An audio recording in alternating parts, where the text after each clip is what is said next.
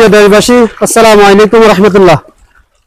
আপনারা সকলে অবগত আছেন, বন্যা কবলিত বৃহত্তর নোয়াখালী ফেনী অঞ্চলকে বন্যা কবলিত পরে যেটা সবচেয়ে বেশি হয়েছে সেনবাগ উপজেলা।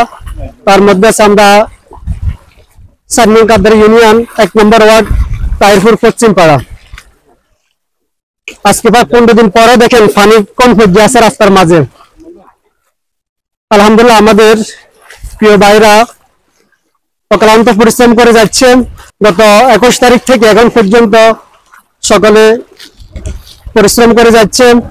প্রতিটা বাড়িতে, প্রতিটা ঘরে ঘরে আমরা চেষ্টা করছি পুরা ইউনিয়নে, ডালুয়া থেকে আমোদপুর পর্যন্ত 9টা ওয়ার্ড 17টা গ্রামে পুরা ইউনিয়নের প্রতিটা বাড়িতে, প্রতিটা ঘরে ঘরে আমরা উপহার সামগ্রী দিয়ে আসার জন্য চেষ্টা করছি।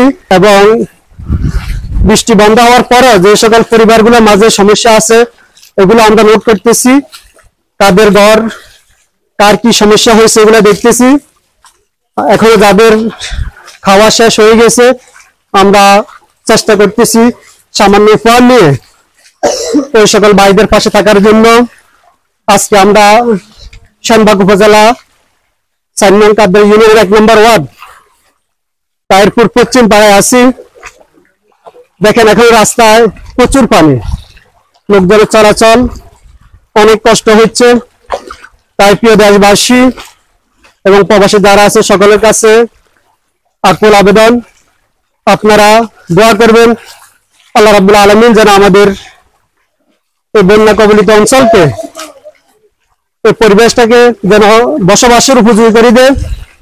আল্লাহ রাব্বুল আলামিন যতটুকু বন্যার মধ্যে ক্ষয়ক্ষতি হয়েছে এর চেয়ে কয়েক গুণ যেন সফলতা দান করে এবং এই জীবনকে যেন আমাদের জন্য বসবাসের উপযোগী করে দেয়।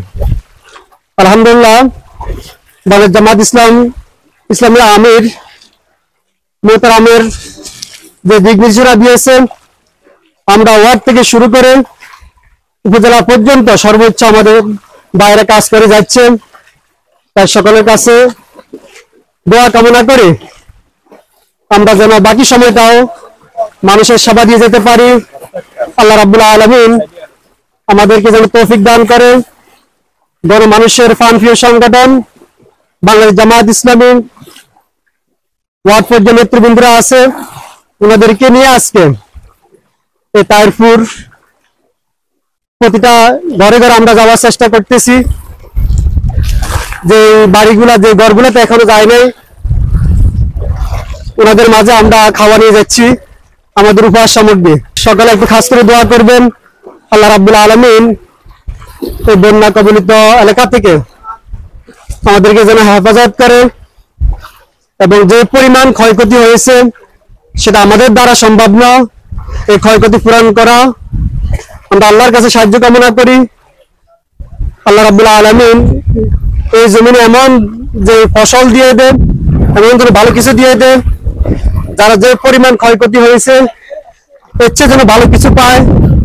এই জন্য আমরা আল্লাহর কাছে সাহায্য কামনা করব, আমাদের গুনার কথা আমরা স্বীকার করব, বেশি বেশি নামাজ পড়ে জিকির করে আল্লাহর কাছে আমরা সাহায্য কামনা করতে হবে।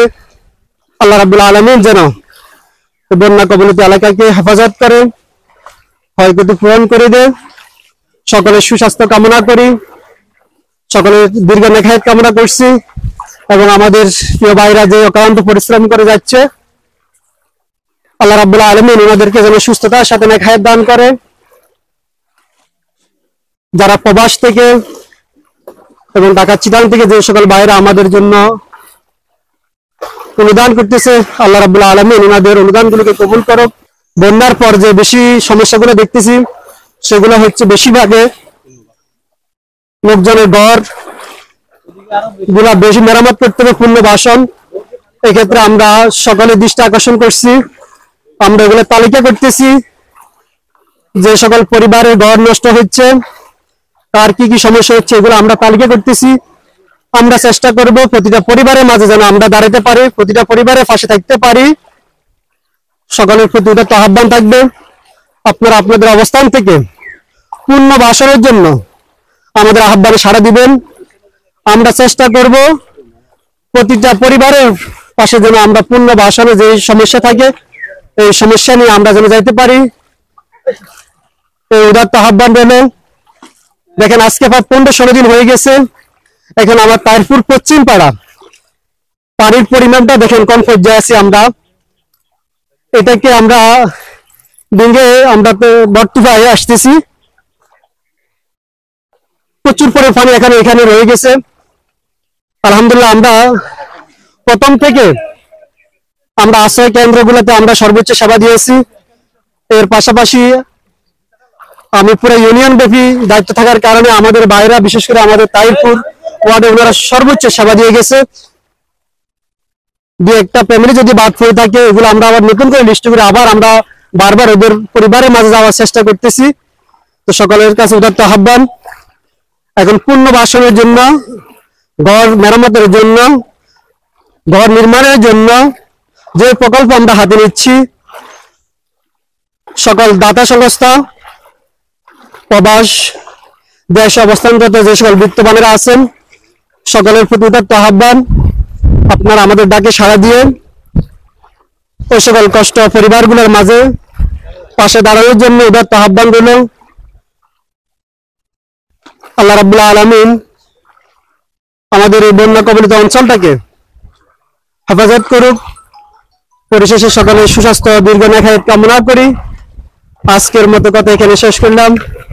আসসালামু আলাইকুম ওয়া রাহমাতুল্লাহি ওয়া বারাকাতুহু।